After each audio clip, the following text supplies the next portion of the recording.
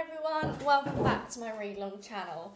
Today we are reading Candyfloss by Jacqueline Wilson. This is all Jacqueline Wilson's own work. I'm just reading it for entertainment and pleasure.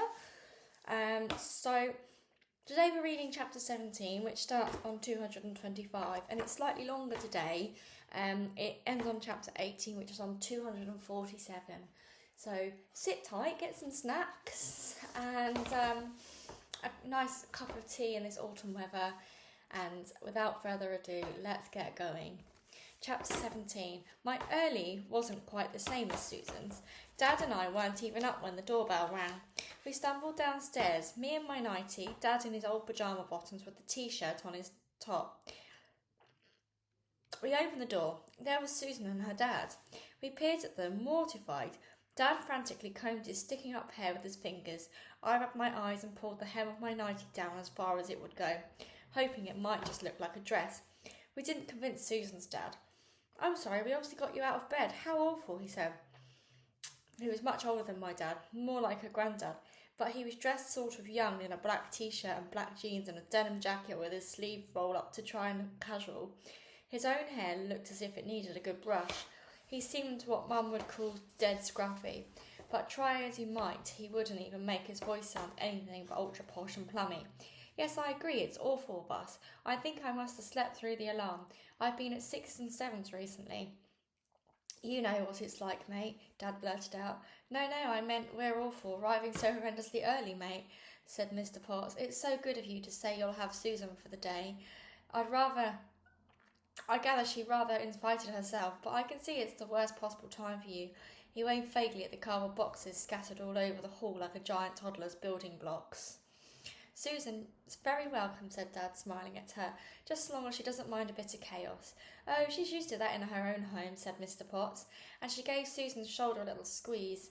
"You know my mobile number and Mum's, don't you? Ring if there's any problem. Otherwise, we'll come and pick you up about 7ish. Is that really okay?" He was looking at Dad. He nodded and smiled, and Susan nodded and smiled. I nodded and smiled too. "Thanks again, we owe you big time. Maybe your Floss might like to come to us next Saturday." "Oh, yes, please," said Susan and I said in unison, while the dads laughed. Then Mr. Potts waved and walked to his new car, nearly kicking 2 Coke cans into the gutter. I could see Mrs. Potts sitting in the front of their car. She had grey hair piled up in an untidy bun and little round glasses just like Susan's. She was wearing a dark red peasant blouse and a big yellow bead necklace. She waved too. I waved back shyly. "Right," said Dad, "I'd better get myself washed and dressed pronto, and then see about breakfast. Have you had breakfast, Susan? I'm sure you can manage another anyway." "Oh, good. Can we have chip butties?" Susan asked eagerly. Dad laughed. "You can have chip butty for your lunch. You might even have another for your tea, but I think we'll draw the line at butties for breakfast. How about cornflakes?" Lucky came sidling downstairs, not sure who this new visitor was. "Oh, she's lovely," said Susan, crouching down and holding out her hand. Lucky hesitated and then took 2 steps forward on her dainty paws, prepared to make friends. "You are so lucky to have a cat," said Susan. "My dad is allergic to cat's fur. Well, he says he is, and then Mum fusses about their claws. We've got all these leather-bound books, and she says they use them like a scratching post. Well, we like Lucky's fur. I might well wrap her round my neck in the winter instead of a scarf. She'll keep me nice and cosy, and all our stuff is scratched to bits anyway," said Dad. "I'm a bit of a scratcher myself, come to think of it." He bowed his legs in a chip stance and scratched his chest. "Dad," I said. "Oops, sorry, I better go and have my shower now. Wash the fleas off." "Dad," I said. Dad ran up the stairs, making monkey noises. I rolled my eyes and Susan giggled. "Let's give Lucky her breakfast," I said.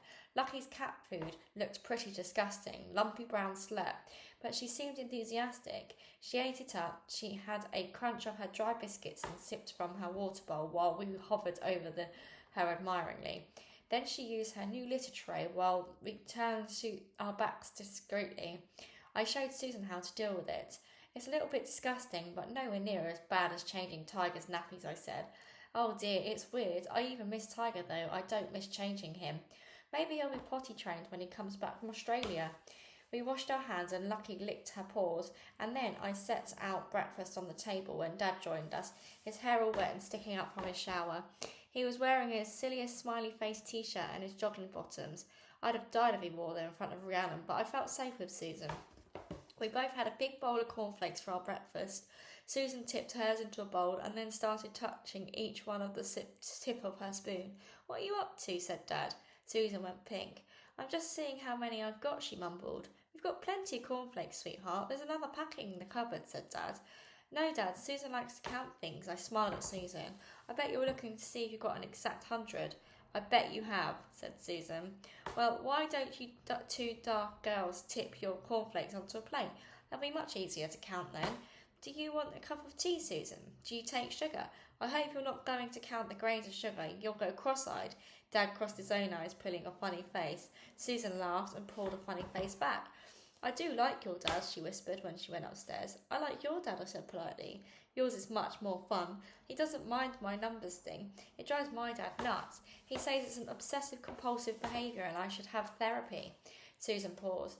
"Do you think I'm a bit nuts, Floss?" "Not at all. Your dad might ever be so clever, but he doesn't know everything.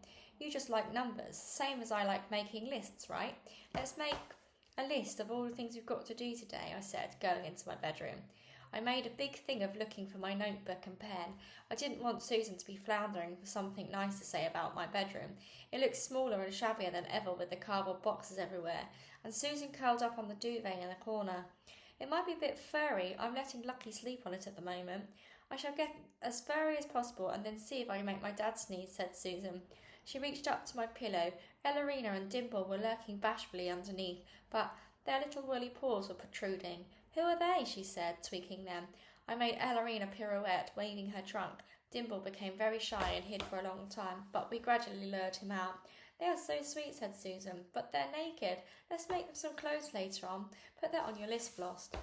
"Oh, yes. Can you sew them properly then, Susan?" "Well, sort of. Do your mum show you?" I asked wistfully. "No, Mum can't even sew buttons on. My dad sews a bit. I worked out how to do different stitches and can join bits together, though I don't always do it properly." "You are so clever, Susan." "I'm not clever at making things up like you are," she said. "You're the one who's so good at pretending that things seem real, like Ellerina and Dimple. Have you got any other dolls and teddies?" "No," I said mournfully. "I was such an idiot. I threw them all out because Rhiannon made me feel like such a baby. I wish I still had them. I hate it when they're just mouldering and sat in some stinky rubbish pile.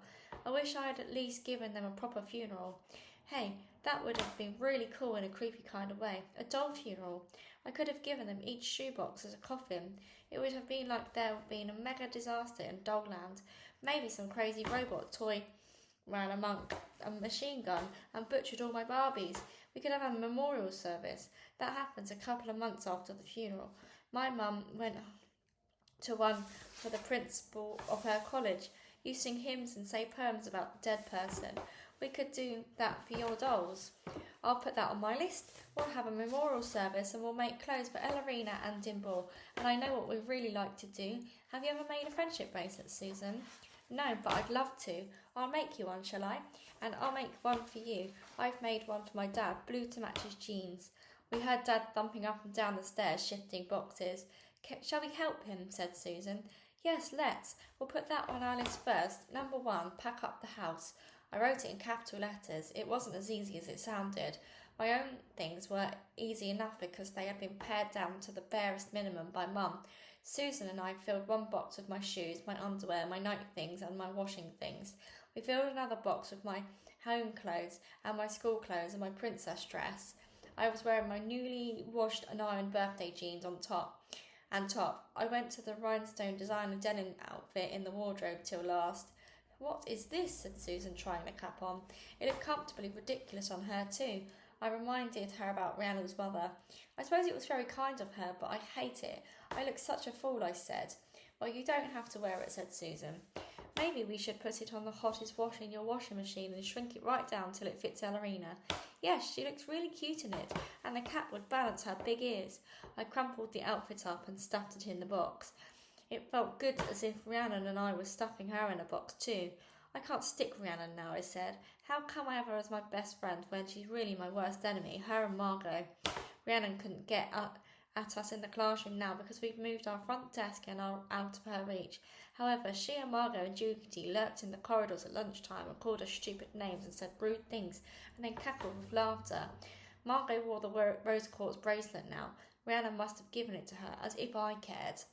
It looked as if Rhiannon and Margot were definitely best friends now. Judy still trailed around with them, telling ruder and ruder jokes, but Rhiannon and Margot simply sniggered and then ignored her. I feel a bit sorry for Judy now, I said. She's the one who's ended up without a real best friend. Don't feel sorry for her. She's been horrible to you and me, said Susan. She was the one who started up the whole swatty potty lark and the smelly chip bit. I paused, bent my head, surreptitiously sniffing the clothes in the box. Then I buried my head in my chest and breathed deeply, trying to sniff me. Are you doing yoga, Floss? Susan said. No, Look, Susan, do I smell of chips? Mrs. Horsford said that I should hang my clothes in the fresh air, but that's a bit of a problem unless I find some way of pegging them to my swing. That's my best thing. I'm going to have to get Dad to untie it, even though it took him ages to get it fixed up. I love swings. Shall we put swinging on your list too? Susan suggested. Well, you can't really swing properly. It goes kind of lopsided. Still, of course, we can swing. You ever so tactfully changed the subject. I do smell of chips, don't I? Yes, you do. You smell absolutely delicious, and if you don't watch out, I shall eat you all up, said Susan. She seized Ellerina and Dimble. Yum, yum, yum, she said, making their little woolly mouths nibble me. I doubled up laughing because they were all tickling me, and then I gave Susan a quick hug. You're the best friend in the whole world, Susan, I said. Let's stay friends forever and ever. Yes, forever and ever, said Susan, solemn now. Can we stay friends right through the summer holidays? Of course we can. We can play together all the time. That would be lovely. Only some of the time we have to go to our house in France, but I'll write and phone you heaps, okay? You will stay friends, you bet. And even if Dad and I move on somewhere else after staying at Billy and the Chips' house, will you still stay friends? Absolutely, even if you end up going to Australia to live with your mum. In fact, I'll come and visit you and play with the koalas. And what about if I go to the moon? Will you come and visit me in your spacesuit and do a dance with me in your moon boots? I did a slow, bouncy moon dance. Susan joined in. We danced in and out and around and about the cardboard boxes. Dad put his head around the door and laughed at us. He put an empty cardboard box on each foot and lumbered about doing his own crazy moon dance. And then we all collapsed, laughing. I don't know what I'm doing clowning around. There's still so much to be done, said Dad.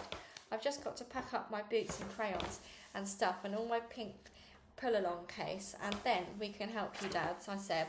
We can number each box and write on it what's inside, said Susan. You're obviously a girl with a system, said Dad. Susan was great at getting both of us organised. She found some old brown sticky tape and sealed each box so we could balance on top of each other. We finished my room, though we left out clean clothes for tomorrow and Ellerina and Dimble and my sewing set and Lucky's duvet. She didn't like all of a sudden activity and burrowed right underneath the duvet, just her nose and whiskers peeping out. Dad started to tackle his bedroom while we got started in the living room. There wasn't really much to take. We packed the cuckoo clock, though it didn't work. It had been Mum and Dad's wedding present from Grandma, and for as long as I can remember, the hands had been stuck at 4 o'clock and the cuckoo sulked inside his house, though you could still see him if you opened the little doors. The motorbike calendar. Dad had inked stars and smiley faces every weekend with floss written in curly writing. Last month he'd written floss, floss, floss, floss, floss in every single box. The photo of Mum and Dad of baby me at the seaside, all sitting on the sand and licking ice cream. I remembered that day, and the heat of gritty sand and the coldness in the ice cream dripping into my tummy. You were such a cute little toddler, Floss. Look at all your fluffy curls, said Susan. Your mum's ever so pretty too. She looks so young. Mum was cuddled up to Dad in the photo, licking his ice cream instead of her own. Dad was pretending to be cross with her, but you could still see how much he loved her. I sighed. I wish I could rewind to when we were all happy together, I said. I sniffed hard. Susan patted my shoulder sympathetically. We could really do with some bubble wrap, she said. Never mind, we'll have to make do with newspaper. We were leaving the television because it didn't work properly anyway. I packed all my favourite films, number 4 on the list, hoping that Billy the Chip might have a video recorder. Though if his crackly old transistor radio was anything to go by, he didn't seem up to speed with his electrical equipment. We were leaving the table and chairs, and the tabletop was patterned with coffee mug rings, and the woven seats of the chairs were coming unravelled and scratched the bottom. Even so, I sat down on each one, remembering when we were Mum and Dad and me, and with the leftover chair for all of my teddies and Barbies. They were forever falling off, the teddies too limp to sit up properly, and the slightest nudge of Barbies jackknifed onto the floor with their legs in the air. Mum would get cross, but Dad always helped me get them back on their chair. He sometimes put a baked bean or a chip on each of my doll's house plates for my fidgety family. Did your dad really never play pretend games with you when you were little, Susan? I asked. He read to me and did funny voices, and he played weighing and measuring games and guessing words on pieces of card, but that was like baby lessons. My mum played music to me and had to act it out. Sometimes we played. I was a little French girl called Suzanne, but that was so I could count up to 100 in French. You're such a brainy box, Susan, I said. Don't, said Susan, as if I'd insulted her. I'm paying you a compliment. You're heaps and heaps brainier than me. It's not that great big deal being a great brainy, she said, Susan. She sat down on the sofa, sighing. I went to sit beside her. The sofa sagged badly and the corduroy was shiny with age. There were several big dark stains where Dad had spilt his coffee or his can of beer. We were leaving the sofa too. I wish we could somehow take it with us. It wasn't just because it was where Dad and I cuddled up and watched telly. When I was little, it had been a ferry castle and a wagon train across the prairie and a bridge over a man-eating crocodiles crawling across the carpet. I wonder if we could just take one of the sofa cushions, I said, tugging at it. It's a bit tired looking, Susan said, as tactfully as she could, and it would take up the whole cardboard box all by itself. Yeah, I suppose, I said, stroking the sofa as if it was my giant pet. Shall we go and see how your dad's getting on with his packing, Susan said, going for diversionary tactics. Dad was having similar problems. He was slumped on the edge of his bed, his clothes scattered all over the duvet, so it looked as if there were 20 dads sprawled beside him. There were mum things too, clothes I'd completely forgotten about. An old pink toweling dressing gown, a sparkly evening frock with one strap drooping, a warm woolen jacket with a fairy collar, and even some old Chinese slippers embroidered satin with one of the butterflies unravelling. Dad, I said, and went and sat beside him, while Susan hovered tactfully in the doorway. Where did all of Mum's stuff come from? I picked up one of the slippers, rubbing my finger across the satin. I remember sitting watching television long ago, leaning back against Mum's leg, stroking her satin slippers, feeling the little ridges of embroidery with my fingertip. Your mum left them in her half of the wardrobe when she went off with Steve. She didn't want them. I was supposed to get rid of them, but I couldn't. Dad sighed, shaking his head at himself. Daft, aren't I, Floss? You're not daft, Dad. I suppose it's time to deal with them now, though. You can still keep them. We can pack them all up in a cardboard box. No, it's time to chuck them out. Time to chuck half of my stuff, too. Dad picked up the jeans that had gotten torn at the fair and flapped the tattered legs at us. I thought you were going to keep them as decorating trousers. Who am I kidding? When was the last time I did any decorating, for heaven's sake? You painted my chest of drawers silver, and I left it half finished. I still love it. Can I take it to Mr. Chip's house, Dad? It won't take up much room. Okay, definitely, little darling. So how are you two girls getting on with packing up your bedroom, Floss? We're finished, Dad. Susan's absolutely ace at getting everything sorted. Well, aren't we lucky? Thank you so much, Susan. You're a sweetheart. Wish I had a smashing friend to sort me out, said Dad. I'd like to be your friend too, Mr. Barnes, said Susan. We can start sorting your clothes for you if you like. That's very kind of you, Miss Potts, said Dad. And I could sort out tasty snacks, seeing as you both work so hard. Now let me see. Would you like chip butties or indeed chip butties? We both put our heads on one side, pretending to consider, and then yelled simultaneously, Chip butties! It was a joy to see Susan eating her very first chip butty. Dad served it to her on her best blue china willow pattern plate, garnished with tomato and lettuce and cucumber. Susan ignored the plate and the little salad. She didn't use the knife and fork Dad had set beside the plate. She picked up the chip butty in both hands, staring at it in awe at the big soft roll split in half and crammed with hot golden chips. She opened her mouth as wide as possible and took a big bite. She shut her eyes and chewed it. Then she swallowed and smiled. Oh, thank you, Mr. Barnes. It's even better than I'd hoped it would be. You make the most wonderful chip butties in the world. After we'd eaten every mouthful of our chip butties, we sorted Dad's clothes into good, not good, bad and chuck. Susan counted and I made a list. Dad's clothes. Good. 12 items of clothing, including 1 tie and socks and shoes and underwear. Not too bad. 20 items of clothing. Chuck. 52.5 items. The half was an ancient pair of pyjama bottoms. We couldn't find the top. Dad laughed ruefully and started obediently chucking his stuff into a big plastic bag. He took Mum's old clothes, hesitated, and then started chucking them too.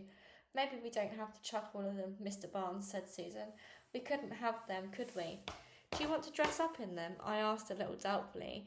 No, we want to make them into clothes for Ellerina and Dimples, said Susan. We borrowed Dad's sharp kitchen scissors and some greaseproof paper to make the patterns.